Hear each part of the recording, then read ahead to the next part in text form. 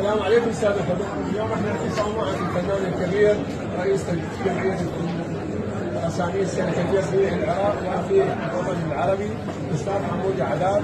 الاستاذ حمود عذاب اسم طبعا مؤثر غني عن التعريف، يعني حتى راح يسهل علينا بعملية قراءة اليوم مشارك في معرض الحضارة والتراث في باب الحضارة وحلة الفيحاء. تحياتنا لك استاذ حمود واهلا وسهلا بك. شنو هالمشاركة؟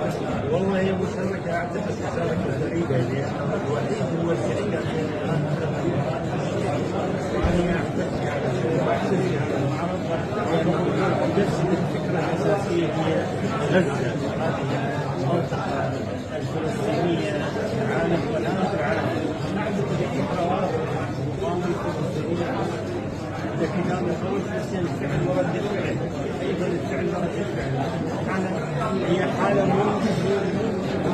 متكررة حديثا الآن حدث كلش حلو، حدث في وقته وصحته. أتمنى من الله أن تصل هذه الفكرة وتكون جزء من هذا المعرض.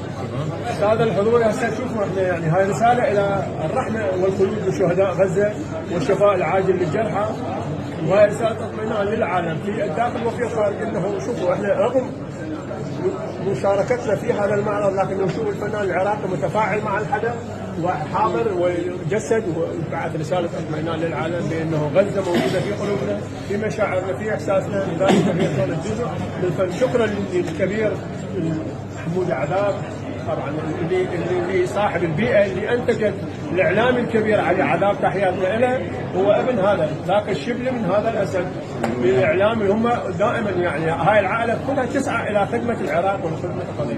شكرا لمصورنا الكبير الفنان التشكيل الاستاذ عباس اللي راح يسلط الضوء على عمل. شكرا شرفنا حضورك ومرحبا.